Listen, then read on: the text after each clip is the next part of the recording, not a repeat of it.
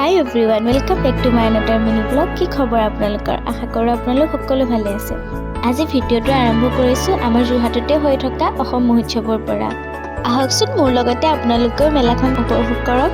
অসমৰ বিভিন্ন ঠাইৰ পৰা অহা বিভিন্ন জনগোষ্ঠীৰ মানুহে ইয়াতে নিজে হাতেৰে বনোৱা বস্তু বিক্ৰী কৰে। ধুনীয়া ধুনীয়া কাপোৰৰ লগতে ধুনীয়া ধুনীয়া জুৱেলাৰীও ওলাইছে।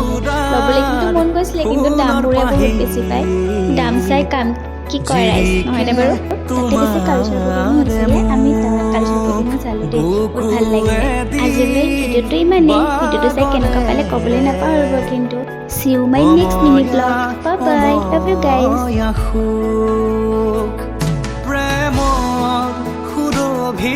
তাতে এবাৰ দুপাশৰে এবাৰ চকুৰে চালে